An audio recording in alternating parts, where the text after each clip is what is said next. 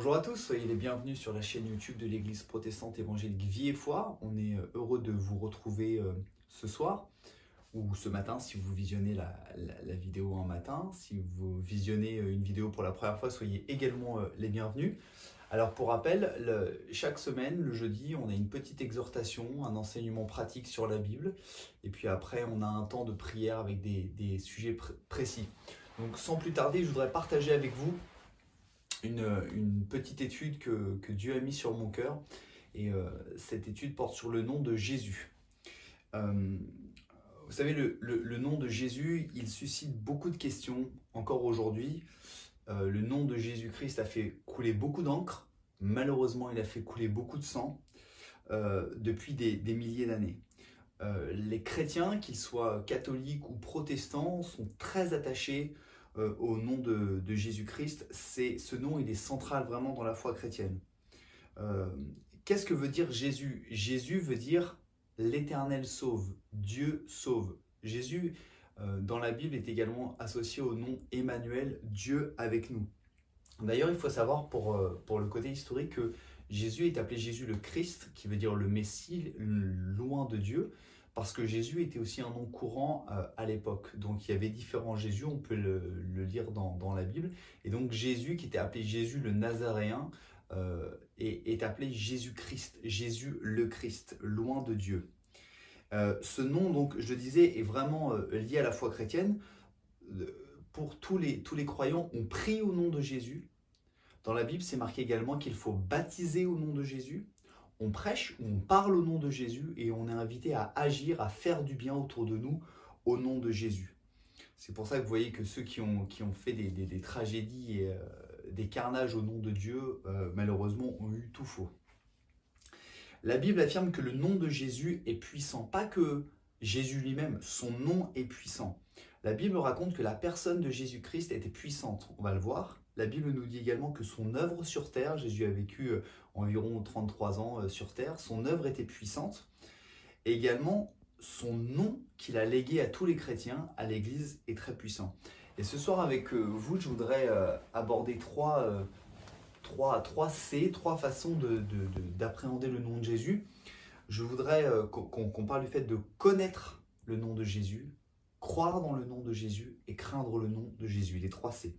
On va commencer par connaître le nom de Jésus, connaître ou se rappeler. Je ne sais pas si vous avez ce qu'on appelle un background, je n'ai pas le mot français qui me vient tout de suite, un arrière-plan croyant, ou si vous ne connaissez pas du tout Jésus. Mais avant d'aller plus loin, il faut déjà connaître la personne de Jésus, ce que Jésus a fait dans la Bible. Avant d'utiliser le nom de Jésus, il faut le connaître, ou il faut s'en rappeler. Si vous avez une éducation chrétienne, peut-être qu'on vous a enseigné des choses, peut-être que vous avez lu des choses et que vous ne vous en rappelez plus. Que dit la Bible à propos de Jésus et du nom de Jésus? Jésus-Christ est le Fils de Dieu. Il a été envoyé sur terre, on le sait, il est né d'une Vierge Marie par l'opération du Saint-Esprit et il est venu sur terre pour mourir sur la croix pour l'ensemble des péchés du monde. Parce que la Bible dit qu'à la base, l'homme, la femme sont mauvais, ils sont pécheurs devant Dieu, ils sont désobéissants de nature et leur châtiment éternel à cause de cette désobéissance, c'est la mort.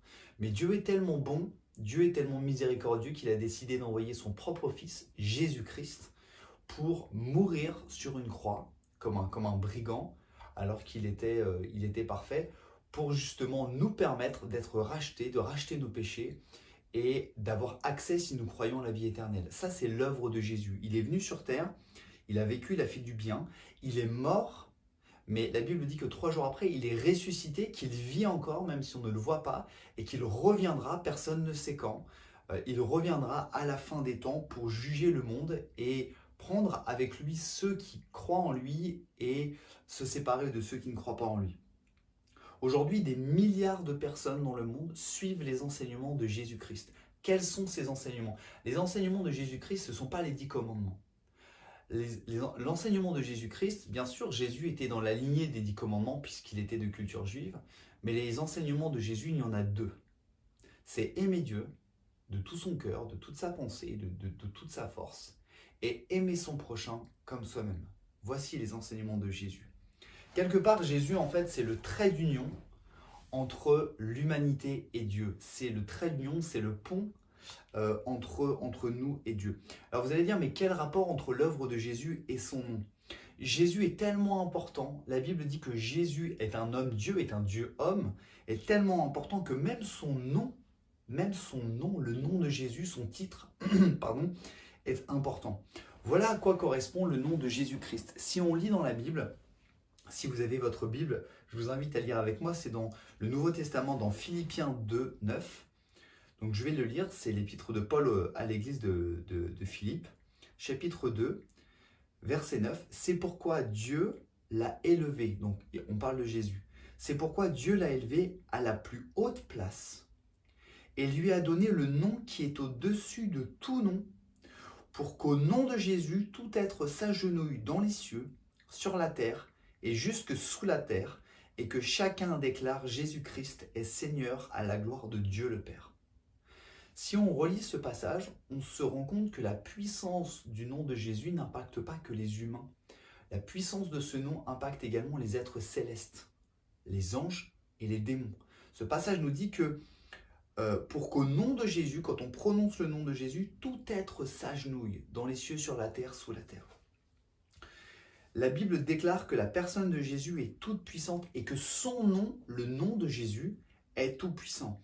Et d'ailleurs, la Bible nous dit que Jésus, quand il est monté au ciel, il a laissé effectivement à l'Église, c'est-à-dire aux hommes et aux femmes qui croient en lui, aux disciples, le Saint-Esprit, mais également, il nous a légué l'autorité du nom de Jésus. Pas l'autorité que nous pouvons avoir, on a tous une autorité personnelle, avec peut-être nos enfants, ou peut-être une autorité hiérarchique dans le travail.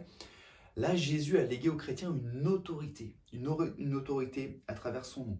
Donc la première chose, c'est de connaître le nom de Jésus, connaître la personne de Jésus, ce qu'il a fait pour toute personne. Si peut-être ce soir tu écoutes ce message pour la première fois, même si tu n'as jamais entendu parler de Jésus, même si tu ne crois pas en Jésus, Jésus a quand même fait cette œuvre pour toi, que tu veuilles ou que tu ne veuilles pas. Jésus est mort pour l'ensemble de l'humanité, hommes, femmes, confondus, toute nation, toute culture. Mais la deuxième chose, c'est ça ne suffit pas de connaître ou de se rappeler ce que Jésus a fait. Il faut croire dans le nom de Jésus. Connaître ne veut pas dire accepter ou croire. Et croire, c'est accepter de faire confiance. Et vous allez voir que dans la Bible, la confiance est très importante. La Bible nous dit que des miracles ont été faits dans le nom de Jésus. Quand je parle de miracles, c'est la transformation peut-être de l'eau en vin, c'est des choses surnaturelles. Des malades ont été guéris, des paralytiques, des épileptiques ont été guéris dans le nom de Jésus. Toute maladie peut être guérie par le nom de Jésus. Des démons, des gens qui étaient possédés d'esprits mauvais, ont été libérés dans le nom de Jésus. Si vous lisez les évangiles, vous verrez que les disciples, ils imposaient même pas les mains. Ils disaient au nom de Jésus, je sors de cet homme, sors de cette femme, et les démons partaient. Même aujourd'hui, peut-être vous entendez parler de personnes qui prient le nom de Jésus, qui prononcent le nom de Jésus. Et le nom de Jésus est intimement lié à la foi, à la croyance, à la confiance que nous avons dans la puissance de Jésus. La question que je nous pose ce soir, ou ce matin, si vous nous suivez un matin, avons-nous foi, avons-nous confiance dans la puissance du nom de Jésus? Ou est-ce que pour nous, c'est juste un nom, comme ça, un nom historique ou un nom qu'on nous a appris Et aujourd'hui, on est face à plusieurs problèmes. Le premier problème, c'est le problème de l'incrédulité humaine. On est tous incrédules, quelque part. La preuve, quand vous racontez quelque chose à un ami, vous avez fait un exploit, ou je sais pas, vous avez croisé, je sais pas, un acteur, ou peu importe, quelque chose de grand, la première réaction de vos amis, c'est « Non, c'est pas vrai ». Alors vous allez dire « Non, mais c'est une expression ». Bah oui, mais les expressions, elles révèlent un petit peu « Non, c'est pas vrai ». Non. Non, c'est pas vrai. Et on dit souvent ça. On est incrédule. Nous, on veut voir, on veut toucher pour croire. On veut tester le produit, on veut les 15 jours rétractables et puis on veut tester pour voir. C'est pas malheureusement pas comme ça que ça marche. Et c'est pas nouveau. Jésus disait déjà à l'époque aux gens qu'il rencontrait, votre foi est bien petite. Votre foi. Relisez l'évangile de Matthieu à 2 reprises, peut-être 3, je suis qu'à la moitié. À plusieurs reprises, Jésus dit votre foi, votre confiance est bien petite. Deuxième problème, c'est notre habitude, nous peut-être qui sommes croyants, on acquiert des habitudes un peu religieuses, liturgiques, au nom de Jésus, Amen. On prie au nom de Jésus, dans le nom de Jésus j'ai prié. Et vous savez, la coutume, à force de faire les choses, on perd un peu la saveur des choses. C'est un peu comme le Amen à la fin d'une prière. C'est pas une mauvaise chose de dire Amen. Mais quelque part, on se sent coupable si on ne dit pas Amen. Et vous savez, on tombe dans ces choses au nom de Jésus, au nom de Jésus. Et en fait, on perd la puissance de ce nom. On va partager rapidement une histoire, un récit qui est dans le livre des Actes des Apôtres, qui nous parle de deux hommes qui ont utilisé le nom de Jésus avec foi. C'est dans Acte 3, le livre des Actes. C'est Pierre et Jean qui allaient se rassembler avec d'autres chrétiens. Ils allaient prier avec d'autres chrétiens. Et ils rencontrent un paralytique. Vous connaissez peut-être cette histoire. Je la paraphrase pour ceux qui ne la connaissent pas. Ils vont rentrer dans le temple et il y a un paralytique qui mendie, qui leur certainement tend la main. Et Pierre lui dit, moi j'ai pas d'argent, j'ai pas d'or, mais ce que j'ai, l'autorité du nom de Jésus, ce que j'ai, je te le donne. Au nom de Jésus, lève-toi et marche. Et ce qu'il fait, c'est que quand il dit ça, ou après avoir dit ça, il prend le paralytique par la main. Il ne dit pas simplement au nom de Jésus, lève-toi, il fait un acte de foi, il le prend par la main et le fait lever. Et la Bible dit qu'à ce moment-là, il y a un miracle. Grâce à la puissance du nom de Jésus et à la foi de ces hommes, les chevilles du paralytique deviennent raides, dures, et le paralytique se met à les suivre, à danser, et il est guéri. Avons-nous la même foi dans le nom de Jésus que ces deux hommes? Pour moi, clairement, la réponse est non. Non, malheureusement, que Dieu m'aide. Avons-nous la foi de dire au nom de Jésus, et parce que le nom de Jésus, rappelez-vous ce texte, que tous les êtres célestes et humains s'agenouillent dans ce nom puissant, le Fils de Dieu, lève-toi. Et ces hommes croyaient dans la puissance du nom de Jésus. Ils ne faisaient pas que le connaître, ils l'avaient expérimenté et ils croyaient. Et c'est assez étrange, voire marrant, c'est que Jésus a souvent dit aux gens qui sont venus le voir, qu'il te soit fait selon ta foi. Je relisais un passage ce matin qui disait qu'un homme est venu voir Jésus, un officier romain, parce que son serviteur était malade. Et Jésus a dit à cet homme qu'il te soit fait, selon ce que tu as cru. Et nous, quand on utilise le nom de Jésus, qu'est-ce qu'on croit? Est-ce qu'on croit que c'est juste une formule magique? Ou est-ce qu'on croit que c'est un nom puissant? Nous devrions prier pour avoir davantage foi dans le nom de Jésus et demander à Dieu de nous rappeler chaque jour que ce nom est puissant. Et quand on dit au nom de Jésus, au nom de Jésus-Christ, ça provoque de la puissance. Le dernier point, c'est que, je rappelle, on doit connaître ou se rappeler du nom de Jésus, croire dans ce nom, et on doit craindre le nom de Jésus. Et je voudrais tout de suite peut-être rectifier une incompréhension. Souvent quand on dit craindre, c'est avoir peur. La définition de craindre, avoir peur, c'est un peu une définition humaine. La définition biblique de craindre, c'est respecter. Beaucoup de personnes pensent que craindre Dieu, c'est avoir peur de Dieu. On peut avoir peur de Dieu, effectivement, parce que Dieu est grand et Dieu est puissant, Dieu peut faire beaucoup de choses. Mais en fait, ça ne veut pas dire ça, ça veut dire respecter. La crainte de l'Éternel, c'est le respect de l'Éternel, le respect de Dieu. Et craindre le nom de Jésus, c'est respecter le nom de Jésus. Ce nom, il est puissant, il est divin et nous devons le respecter. Quelque part, si je prie au nom de Jésus, si je baptise au nom de Jésus, si je parle au nom de Jésus, si j'agis au nom de Jésus, j'agis un peu comme un ambassadeur de Jésus, comme un représentant de Jésus. Et d'ailleurs, la Bible nous demande à être ambassadeur de Christ. Mais je ne peux pas être un ambassadeur de Christ si ma vie ne reflète pas Jésus-Christ. Il y a un paradoxe. C'est pas possible. Je voudrais qu'on regarde un petit peu une autre histoire dans la Bible qui nous parle de personnes qui ont utilisé le nom de Jésus, certainement peut-être sans y croire ou de manière vraiment incohérente. Toujours dans Actes, au chapitre 19, verset 13, je paraphrase un petit peu, Dieu fait des miracles extraordinaires par l'intermédiaire de l'apôtre Paul. Cet homme, Paul, qui auparavant persécutait les chrétiens, a rencontré Jésus-Christ. Et il s'est vraiment converti, il a commencé à œuvrer. D'un persécuteur, il est devenu un apôtre. C'est quand même fort. Hein. Et Paul faisait des miracles parce que Paul avait compris la puissance du nom de Jésus. Et certains juifs ont voulu faire comme Paul et utiliser le nom de Jésus. Donc on va lire dans Actes 19, 13. Quelques juifs qui allaient de lieu en lieu pour chasser les démons voulurent alors invoquer eux aussi le nom du Seigneur Jésus sur ceux qui étaient sous l'emprise d'esprits mauvais. Par le nom de ce Jésus que Paul annonce, disait-il. On voit là, de ce Jésus, ils ne le connaissent pas. Hein. Par le nom de ce Jésus que Paul annonce, disait-il, je vous ordonne de sortir. Ceux qui agissaient ainsi étaient les 7 fils d'un certain Sheva, un chef des prêtres juifs. Mais l'esprit mauvais, qui était dans la personne, leur répondit, Jésus, je le connais. Vous vous rappelez des êtres célestes qui tremblent ou qui s'agenouillent au nom de Jésus. Jésus, je le connais. Paul, je sais qui c'est.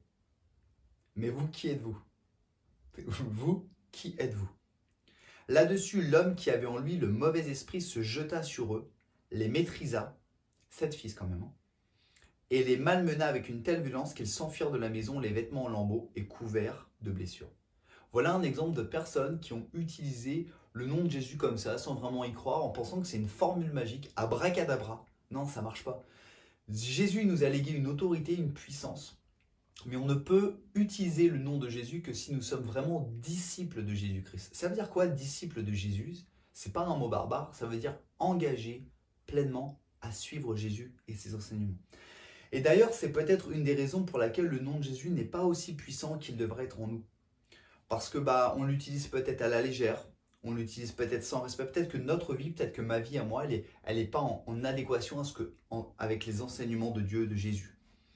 Le statut de chrétien et l'utilisation du nom de Jésus imposent une vie exemplaire et une vie dans la lignée directe de ce que Jésus enseigne. Sinon, ce sera incohérent, paradoxal, et ça pourra, comme peut-être cette histoire, nous causer des problèmes. En tout cas, ce sera inefficace.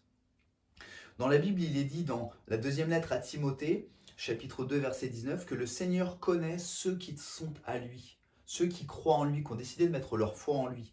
Celui qui dit « j'appartiens au Seigneur ». Quand tu dis que tu es chrétien, quand je dis que je suis chrétien, quelque part, chrétien, ça veut dire petit Christ. Ça veut dire que tu dis que tu appartiens à Jésus, que celui qui dit « j'appartiens au Seigneur » doit s'éloigner du mal. Autrement dit, si tu utilises le nom de Jésus, si tu crois dans le nom de Jésus, nous devons avoir une vie exemplaire à l'image de Jésus. Je voudrais conclure, donc, juste un rappel de ces 3 C pour mieux appréhender le nom de Jésus, ce nom qui est au-dessus de tous les noms. Le nom de Jésus, il est au-dessus du nom Covid-19, il est au-dessus du nom guerre mondiale, il est au-dessus du nom cancer, il est au-dessus du nom sida, il est au-dessus du nom diable, Satan, démon, crainte, dépression. Le nom de Jésus, excusez-moi cette expression, il n'y a que ça qui me vient. Le nom de Jésus, c'est de la bombe. Comment le dire? Le nom de Jésus, c'est quelque chose d'énorme. C'est le nom au-dessus de tous les noms. Et nous devons le connaître, nous devons croire dans la puissance de ce nom et nous devons le craindre, c'est-à-dire le respecter. Et je nous encourage tous à demander à Dieu, quand nous prions, quand nous parlons à Dieu, de nous aider à prendre conscience parce qu'on a tendance à tomber dans la routine. On a tendance à utiliser les choses à la légère, à dire « au nom de Jésus, je prie »,« au nom de Jésus, merci pour ce repas »,« au nom de Jésus, j'ai prié ». Et puis en fait, ça n'a vraiment plus de valeur. Si nous vivons pour le nom de Jésus-Christ et par le nom de Jésus-Christ, comme ces hommes et ces femmes dans la Bible l'ont fait, alors notre vie sera impactée. Et notre vie impactera de façon positive les gens autour de nous. Et je vous encourage, pour terminer, la prochaine fois que vous priez au nom de Jésus, posez-vous un instant et rappelons-nous qui est ce Jésus et en quel nom nous prions. Voilà, j'espère que cette petite étude vous a fait du bien, vous a un petit peu éclairé. Je voudrais maintenant partager avec vous 4 sujets de prière. On a un temps de prière, vous aurez une musique de louange en fond.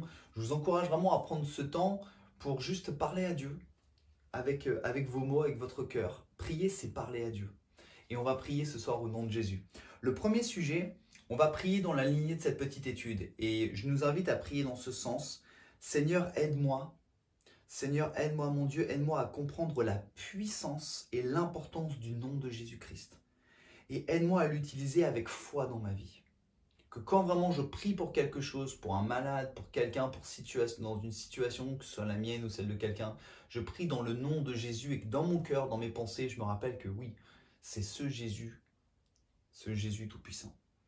Deuxième sujet, On va prier au nom de Jésus ce soir. Je vous encourage vraiment de prier au nom de Jésus-Christ pour les personnes de notre entourage qui sont malades, souffrantes, ou pour des personnes qui vivent des situations éprouvantes. Prions pour les gens autour de nous. Prions au nom de Jésus. Troisième sujet, prions pour que notre vie personnelle soit exemplaire. On parlait de respect de Dieu, de cohérence entre ce que je dis et ce que je fais. Prions pour que notre vie soit exemplaire aux yeux des autres, mais surtout aux yeux de Dieu.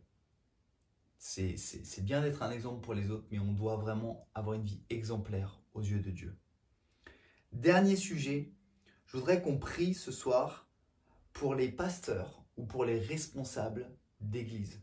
Les hommes, les femmes qui sont en charge de la direction spirituelle des églises. Les pasteurs, nous avons vraiment besoin de votre soutien dans la prière pour que Dieu nous protège, nous inspire, renouvelle nos forces. Et je pense que c'est important. Prions pour les responsables d'église, pour les pasteurs, peut-être de la région de Rouen, de Normandie, de France. Peut-être si vous connaissez des pasteurs à l'international, priez pour eux. Vraiment, prions pour les responsables d'église. On se retrouve juste après ce temps de prière pour une prière de clôture.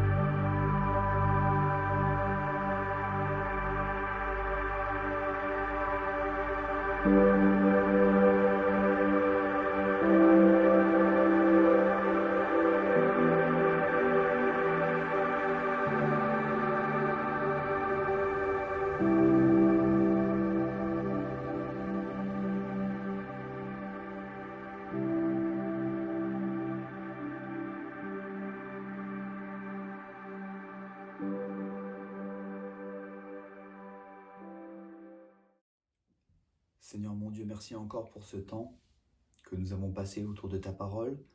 Merci pour ce temps de prière, Seigneur.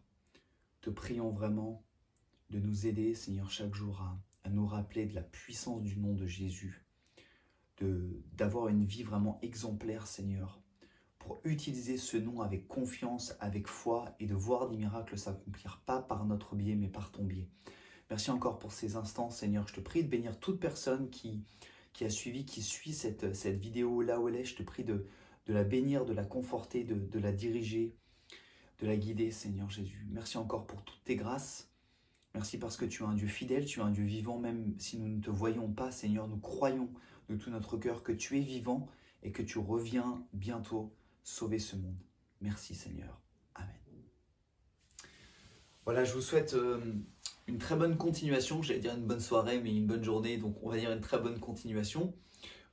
Pour ceux qui viennent à l'Assemblée d'Amfreville à Mi-Voix, on vous donne rendez-vous dimanche à 10h30, un petit peu avant si vous voulez trouver une bonne place. À 10h30 ou un petit peu avant à l'église d'Amfreville. Je vous souhaite une bonne continuation et à très bientôt. Que Dieu vous bénisse.